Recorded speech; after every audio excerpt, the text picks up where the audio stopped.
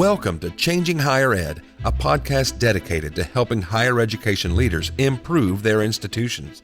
With your host, Dr. Drumm McNaughton, CEO of The Change Leader, a consultancy that helps higher ed leaders holistically transform their institutions.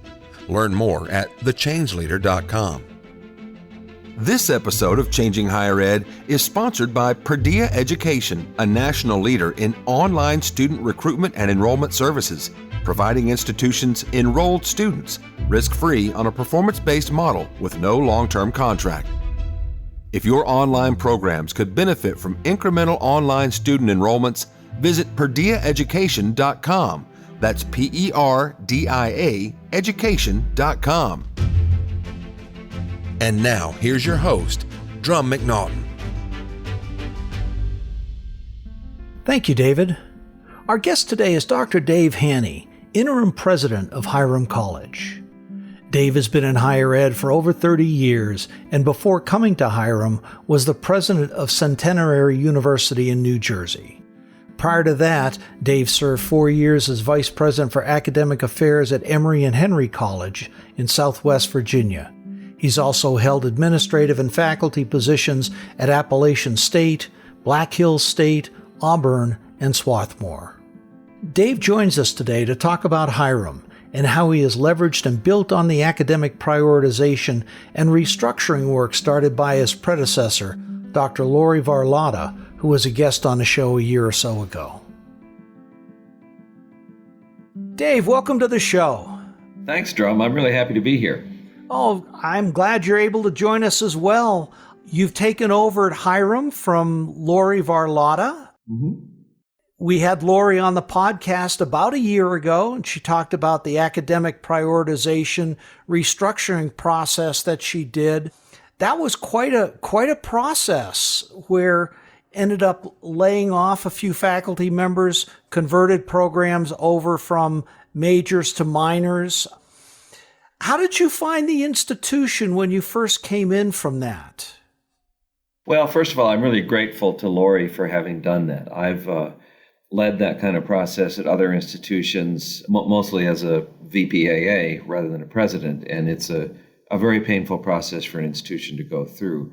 So I found as with any process like that, there's always some pain associated with it that was certainly still in the air.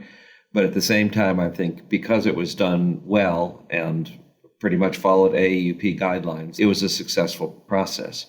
Of course, when I arrived at Hiram, people were less worried about that than the fact that we were in the middle of a global pandemic. A pandemic? Never heard. What's that about? Well, Drumm, it's in case you haven't been paying attention. I've been down in my rabbit hole for a long time. I haven't heard any of this. Yeah, well, and so, but the process that Lori and the team did was really exemplary. Working with faculty, putting a strategic academic team together, developing criteria for the prioritization, very critical piece, and getting input all the way along. I mean, I've never heard of a board voting unanimously, and your board is a good-sized board, it's 38 people, voting unanimously on this. I think the thing that really impressed me, though, was the skin in the game that Lori put in to be able and go out and raise money for folks who were going to be downsized, let go, and being able to provide them salary benefits for a full year. I mean, that is deep caring by a university president. Yes, it is. And she had one of the things I inherited from Lori was an absolutely outstanding development advancement office, which really helped her in that regard. They've been raising, under Lori's presidency, they raised about between $5 and $10 million a year, which for a small private college like us is really impressive. And that's also because of a very supportive board of trustees, and very supportive in every way, including financially. So, there was a lot of good stuff going on there. It was, and the transparency was just incredible throughout the whole process. I think that one of the things that I noticed and what made it work as well as it did. Mm-hmm. Yeah, and that's something I'm certainly trying to continue, is to, be completely transparent about our financial situation, The other thing that she did was, as you know, organize, instead of a mass of small departments, organize them into 5 different schools, which is a very interesting kind of reconfiguration. Not so much to save cost as it is to make larger administrative units rather than, the typical small college with departments of 1 or 2 people. Yeah, and that makes perfect sense, especially as you're growing. It gives you the infrastructure you need to be able to grow. Absolutely. Yeah. So you've been on board now about a year, and knowing you as I do, you have not let any grass grow under your feet. Well, thank you for saying that, Drumm. I hope that's true. There's a lot to do very quickly. I've been here since September 1st, and what's that, 8 months or so? Oh my gosh! But definitely through I'm ending my first academic year here. So in faculty terms, yes, it's a year. So there's been a lot to do very quickly, but I've got a great team working with me too. This is the best executive team I've ever had. Wow, that's saying a lot, because you've been at some really good places. Yeah, with some good teams, but this one is not only do they really work as a team, but I haven't actually counted it up. I should, over 100 years of professional experience in this group. That, for example, Judy Meiskin's our VP for Academic Affairs. This is her 3rd VPAA or provost gig. So there's not much she hasn't seen before. What jokingly comes to mind, is she a glutton for punishment? That's a real good question. don't need to answer that one. No, you're very fortunate to have her. Yeah. She's an incredible person and a great VPAA. Yeah, and of course, Jen Schuler is the VP for Advancement, who's just absolutely the best advancement person I've ever worked with. Well, that's great to hear. And given the new initiatives that you're bringing on, that the foundation was laid by the work that Lori and her team did. Let's talk a little bit about how those initiatives came out of what was done before as just this is the way you transform an institution. Yeah, well, my approach, and it's really very different from Lori's, but it certainly builds on the work that she did, was to kind of get back to the basics. And by that, I mean, I've been doing this kind of thing for 30 years in public institutions and private institutions. And there were just some levers to pull that successful colleges like us pull that really hadn't been fully implemented here. And so that's kind of been my approach. It was my approach in my interview, and it was my approach, it's been my approach now. So, would you like me to just run through those, or? Oh, yeah, that'd be great. Okay. Talk about the initiatives and how the work you were able to leverage that. Sure. Well, and it's 6 or 7 different things depending on how you, one is to do very modern targeted enrollment marketing. We have a great VP for enrollment management and marketing, Dan Summers, who is, really put a modern approach together with digital marketing. We're using a, outside firm to really help do that, sort of give us the bandwidth that we would need in order to do that very kind of targeted marketing to individual students. And this is for our traditional undergraduate population. And that's already shown great success. Our admits and deposits have been up 10 to 15% for the last several months, over the previous year. And, that's in the middle of this pandemic that you haven't heard about yet, Drumm. So that, and with an interim president and a lot of other changes going on. So, I think we're already seeing some real success for that. And it's kind of low-hanging fruit, but, one of the things that I often say is that Hiram has been punching under its weight. In other words, we're a highly ranked college. Lori put us on the map with a lot of different things. We're number 3 in baccalaureate colleges by the Washington Monthly. We're usually 14 or 15 in regional colleges in the Midwest. So we really weren't telling the story effectively enough in order to, despite all the demographic issues that we all know about, we really hadn't been, recruiting enough. So that's one initiative that's really been important. Another one is online and adult education, which has kind of been something that, in fact, Lori had told me when I talked to her in the transition that because she's doing so many other things, hadn't really had a chance to focus on. And so we're really moving from a kind of old-fashioned in-person sort of weekend college model that was, you would have seen 20 years ago, to a more modern online and adult program. And we're looking at some degree programs as well as certificates, badges. I've been very involved in workforce initiatives and economic development groups in Northeast Ohio. So we're really trying to get ourselves more into that space. Another thing we're doing is new degrees. We're using this consortial model, LC-MC, lower cost models for colleges. Like, for example, we have a business management degree, and what this consortium does is provide the top courses for that, very carefully developed, so that you can make it a more specialized degree. So we just approved new degrees in supply chain management, digital marketing, and, believe it or not, esports management. We have a very robust sports management program and a very active esports thing on campus. So esports management is a really fast-growing degree. So that's the second one, the undergraduate degrees. Looking at graduate programs. We do a lot with the health sciences, with environmental studies. Right now we're looking at some potential graduate programs in those areas. We've done some very kind of deep market research on that. Another one is, and this is a big one that we're already seeing some results on, is transfer students. We've never really, we've had, again, programs that were common quite a few years ago where we would go to a community college campus and, teach a version of a Hiram degree there. But we hadn't really focused on getting community college students to transfer to Hiram. And we've got some great community colleges in the sort of Akron, Cleveland, Youngstown area here. And I've been talking to their presidents, and, we're hoping for, much more, because, many, many people of all kind of economic areas are starting in community college, for economic reasons. And so some great students there. We're also doing partnerships, a lot of different partnerships with businesses, government, other educational institutions. So that's been a really important part of the strategy as well. And then really just kind of leveraging our assets. We have a lot with, as I mentioned, environmental studies. We have a 550-acre biological field station 3 miles from campus. Wow. And another one in the middle of a national forest in the Upper Peninsula of Michigan. And, really kind of putting together all of the things we do with sustainability, environmental studies, outdoors, and connecting those things, as well as community engagement. We're doing a lot with that.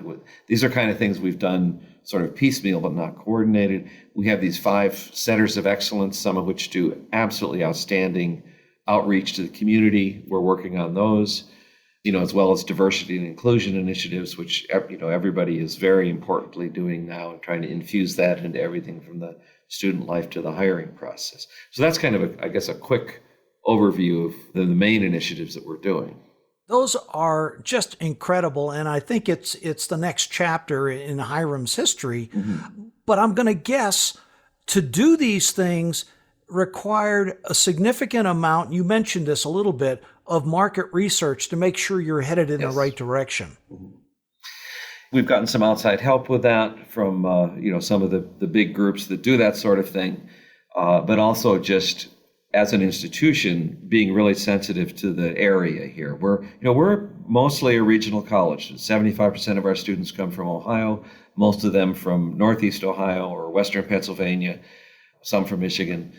So, we are really looking at the area workforce market. We're one of the graduate programs we're thinking about is computer science and information technology. That's been identified in this area as the largest skills gap. The thing that employers in the Cleveland, Akron area have the most trouble finding. So we're really trying to be sensitive to those things, even as we, are keeping our basic, the kind of work a college like us does with soft skills, communication, writing, experiential learning, and all that. So, we're really trying to be workforce ready at the same time as we're doing what colleges like us have done for many years. Yeah. Well, I think that's incredibly important. Ashley Finley from AAC&U, who just put out a study called How College Contributes to Workforce Success. And it was talking about the employer's views on what businesses need the most. And instead of it being a liberal arts, it's more of a liberal education, which talks about working in teams, critical thinking, these type of skills that employers are saying, yes, oh my gosh, we've got to have those. And it sounds like that's what you're doing. Yeah, and I've been very involved with AAC&U for a long time. I mean, that report, I think this is the 7th iteration of that report they've done. Back when I was doing general education reform at Appalachian State University, in the early aughts of this century. We were working on that and their whole LEAP initiative, liberal education initiative. Yeah, in fact, that report just came out, and I sent it to every member of our board of trustees because it's really important for them to understand that. It is, and by the way, there's a addendum that's coming out in the next month and a half, so just be on the lookout for that. Good, I will definitely look for that. Yeah. Yeah, and so you've done some other things there at Hiram as well that have helped you grow enrollment. I mean, the targeted marketing. This is one of those things that many institutions haven't started yet, but they really need to, because, students want to be talked to like they want to be talked to. And if you're trying to cast a very wide net, you're not really talking to the students that you should be. Absolutely. In fact, what we were doing before was things like putting commercials on network TV. And, as I've pointed out, even our students' parents don't watch network TV anymore. And billboards. And those are important things to do for general brand awareness. But, you really have to buy the individual names, be doing a very targeted social media campaign to keep those individual students involved. That's really starting to pay off for us. And I think, institutions that have gone down that road have really been able to, I won't say fix, but work very effectively against what everybody's calling the demographic cliff. I mean, yes, there are fewer college-age students, traditional college-age students, but first of all, you need to expand your range beyond the 18 to 22-year-olds. But you also have to communicate with students directly because, we all have our distinctive things that students are still interested in. And all you got to do is find them. I mean, I'd say all you have to do. It's a very complicated process to find them. It's just that simple, isn't it? Don't I wish? And and we've invested a lot more money. I mean, I will say honestly, in that targeted marketing, because I know it's going to produce the results that we need. But you've got to. This is especially one of those cases where you got to spend money to make money. You've got to spend money to attract the students that are going to be a good fit for Hiram. Absolutely, and Carol Aslanian from Aslanian Market Research did a study a while back, and 74% of all students are in what she calls the post-traditional, 24 to 70 years old. And these are the folks that are very ripe for online education, adult education, that type of thing. Now, you've done some really interesting things with your online programs. Well, we are now. I mean, we have, one of these new programs, the supply chain management. We already have an online management program. So we now have, right now, we have an online management program and we will have an online supply chain management program.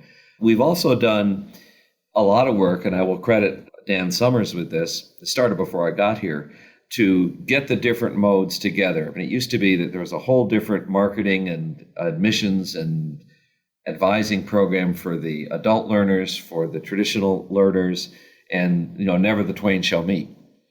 So what we did was, make it really easy for students to switch from a 12-week, so you might take a 12-week traditional on-ground class while you're taking an 8-week class that is really coming out of the adult education thing, and you might be taking an online class. And we allow students to kind of mix and match with all those modes. And, we have a very good registrar, and she really worked with the faculty and with enrollment to make sure that we could do that. I mean, the other thing that you really need is a registrar and all the student support services really supporting students. Let's not look at what's easiest for the institution. Let's look at what is going to be most effective for the students. And what's most effective for the students is going to be more complicated for us. I mean, you got to kind of, realize that. Of course, but what a concept. Looking at an education institution as a holistic view versus trying to segment and piecemeal. Good for you. Yeah, well, it's also, one of the things I've done at a couple different places, and I've done some consulting and writing on this, is applying the design thinking principles of human-centered design to higher education planning. I've written about this in Inside Higher Ed and Society for College and University Planning, and we're doing it here. And part of the deal there is you do a deep dive into what your constituents really need, which is not necessarily what they say they need. a great quote attributed to Henry Ford. Whether he actually said it, I don't know, but he should have, where he said, if I'd asked people what they wanted, they would have said a faster horse. You have to be smart enough to figure out what really is going to meet your constituents' needs. And, that's kind of the starting point here. And that's our students. Those are our main constituencies. So, let's not talk about how we think the operation should work. Let's think about what they need. Mm-hmm. Another one of our guests, Frank Rojas from LA Pacific University, just did a human design project, and they put the entire course load, all their curriculum, on students' smartphones. Okay, great. Yeah, and that's a great example of that, of really looking at what's going to benefit your constituents. And that's, unless you think in that way, you're not going to come up with that idea. So that's a great example. I'm going to have to get in touch with you. Glad to introduce you. He's the COO there, and he's a good friend. He's done a fabulous job. And so you've done a few other things. You've obviously got a very generous donor base, but you've also done a tuition reset. Yes, that was done. Again, that was done before I got here. The way that works is that what you take your sticker price down, and we did I think 30% or so. As everybody knows, your sticker price is an extremely fictional number. It's a number that nobody pays. I mean, at a college like ours, nobody. Almost everybody gets some form of financial aid, or they bring federal aid or state aid with them, or we give them scholarships. So the theory is you reduce the sticker price a certain amount, but you then reduce your discount accordingly, so that you're theoretically reaching more students, because they'll take a first look at you with a lower price. And then once you get them in, you ask them to pay the same amount you would have asked them to pay before you reset the tuition. Now, as with many colleges that have done this, it takes a few years for that to really work. So right now, we're not really seeing the immediate results for that. And that's one reason it's a kind of risky move. But I think, down the road, as we get our discounting more organized, we will see the benefit of that. In other words, that we'll get more people to look at us in the first place, because we're, several $1,000s cheaper than other schools like us. Mm-hmm. But it's a tricky thing to do. I would say a brave and risky thing to do. I think the jury's kind of out as to when we will start to see the positive effects of that. Well, many pundits say never do that, because you can vary your discount rate far more than you can your tuition. Right. But one of the key things that I've heard from many folks, including Michael Crow, is we have to make higher education more affordable. Yes. And that's what you're doing. Yeah. It's what we're doing. It's what we need to do. In fact, when I was president of Centenary University in New Jersey, I wrote an op-ed in the New Jersey Herald explaining that Centenary University was really only $1,000 more a year than Montclair State University. Once you back out, obviously the state schools have a much lower tuition, but if you look at the way we discount things and the aid that students bring in, there's nowhere near as much difference as you would think. And, we found out, and I found this out when I was at Emory and Henry College, when I was at Centenary and here, our biggest competition is not other private institutions, it's the regional state institutions. At Emory and Henry, our biggest competitor, or cross-app, was Appalachian State University, where I used to work. I used to try to steal people from Emory and Henry, and then I started to steal people from Appalachian to go to Emory and Henry. We won't tell people that, though. Right. Our biggest cross-app here in Northeast Ohio is not one of the other 51 nonprofit private colleges in Ohio. It's Kent State, which is right down the road. So we need to do a lot more with private colleges of explaining what the net price really is, because it's not the sticker price. That is going to be trying to get folks to focus on net price versus sticker price. That's the big battle. It is, and especially because there's such a huge gap between them. And I think ultimately a tuition reset like this will help that argument. But right now, I think people who aren't on the inside here don't understand exactly how that works. Mm-hmm. But the tuition reset also has other implications. Because I talked to a student who is completely mad because he says, the tuition came down thousands of dollars, and I'm still paying the same amount. And, you don't want to tell him, well, that's kind of the point. But well, I think we just did. right. Well, he may be listening. So, well, from all these initiatives, you've gotten some amazing results. I mean, your applications, your enrollment are up. I think you said before 25%. Well, not quite. That's not quite 25%. Where it's more like 15% overall in terms of deposits. I would say applications probably are up that much, but deposits, which is obviously the one that matters, are certainly up about 15%. And again, in the middle of a pandemic, with all sorts of other changes going on. So we're very proud of that. Mm-hmm. And you've done some great outreach and community engagement with first-generation students? Yes. And in fact, I wrote a piece for Inside Higher Ed on this a while back. I mean, we have a lot of first-generation and low-income students, and many of them come from a background of community engagement. They're engaged with their communities, their churches, and that's something that we're really kind of tapping into, which I've done at other institutions. At Emory and Henry College, we had a Bonner Scholars Program, which is really for underserved, low-income, first-generation students, and there's a community engagement component to it. And that's a real recognition that those things often go together. And we also have a very robust honors program, and lots of students who aren't first-generation, low-income, and some of those students are in the honors program too. So, sure. Well, and with first-generation students, I would assume that you needed to beef up your student support activities to help them? Yes, and I think we still have some work to do on that, to be perfectly honest. That adds one more layer of difficulty during COVID. For students that don't have a family experience with college, and they lost most of the last year of their high school experience or their last spring of high school, and they've been on Zoom for a good portion of their first year of college. So that makes it equally challenging. We have great staff here, both in student life, or student affairs, as we call it here, and academic affairs, that are really trying to put those support systems in place. And we have a lot of it, but there's always more work to do there. Always is, and always find new issues as new classes come in. Absolutely. And so, plans for graduation? Yes, we're doing 2 graduations on May 15th and 16th. On May 15th, we're doing a live graduation for the class of 2021. Very tightly controlled in our field house, no guests, no parents, just the graduates in a very small platform party. And then on Sunday, May 16th, we're doing the very same thing for the class of 20 because they missed theirs. So we're hoping to get as many of them back as possible to go through a live graduation. So I'm really looking forward to that. Well, I hope that all goes well. I have no doubt. It's a very special time for folks' lives. It's one of those transition points, and good on you for bringing that class of 2020 back. Yeah, we're excited about that.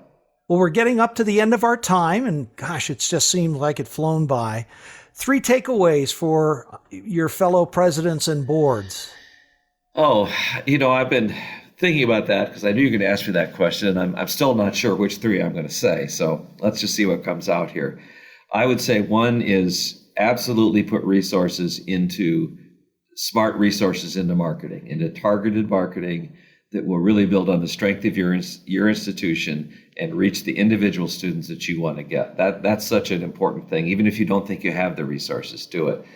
The other thing I would say is be engaged with the community. Really work to get in touch with just actually last hour on a CIC webinar where we were talking about I was talking about the importance of private college presidents getting on the local workforce and economic development councils and connecting with our legislators. I have one of our state legislators on campus tomorrow, as well as other educational institutions. So targeted marketing, partnerships, and then really think about how you can leverage the resources of your institution in a way that will reach people that aren't just 18 to 22-year-olds. And many colleges have done this successfully. We were talking about adult education.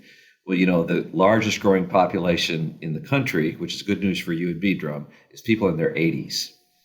And so, how can we, I'm not anywhere near there yet, but I think we can see that coming. So, the more you can do to reach that age group. I worked at a program at Centenary to get students involved with elders and talk to some people in their 80s who had been retired engineers and doctors. They were retired engineers and doctors. They would love to come back and take that Shakespeare course that they never got a chance to take in college. I mean, that's a market to look into. So, be creative about those things and just keep your team happy and working and let them do the work that they can do. That may have been 4, sorry. That's okay. That's a good 4th. So what's next for you or Hiram? I hope those 2 things are connected, I will say. I'm the interim president. I'm an odd interim contract. I'm here for 2 years, renewable. So my hope is that obviously Hiram will renew my contract and that I will be the permanent president of Hiram. I don't know. I mean, that's up to the board, and they might have good reasons for going in a different direction. That won't bother me a bit, but that certainly would be my hope, because this is absolutely a great institution. Oh, very good.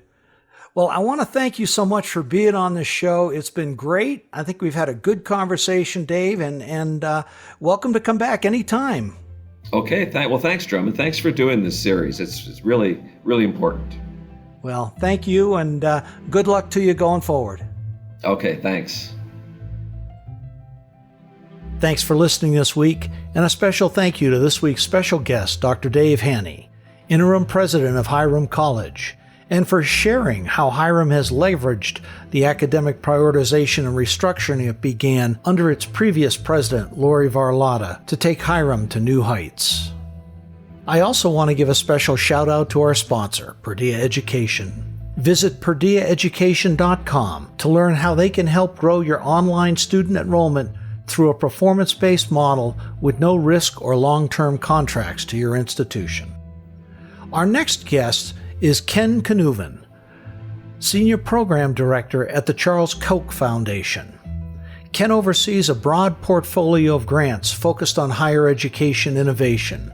Think Arizona State, Purdue, Western Governors Labs, and others. And Ken will be joining us to discuss grant making and what someone like the Charles Koch Foundation is looking for in innovation. Changing Higher Ed is a production of The Change Leader, a consultancy committed to transforming higher ed institutions. Find more information about this topic, along with show notes on this episode, at changinghighered.com. If you've enjoyed this podcast, please subscribe to the show, and we would also value your honest rating and review. Email any questions, comments, or recommendations for topics or guests to podcast@changinghighered.com. Changing Higher Ed is produced and hosted by Dr. Drumm McNaughton, post-production by David L. White.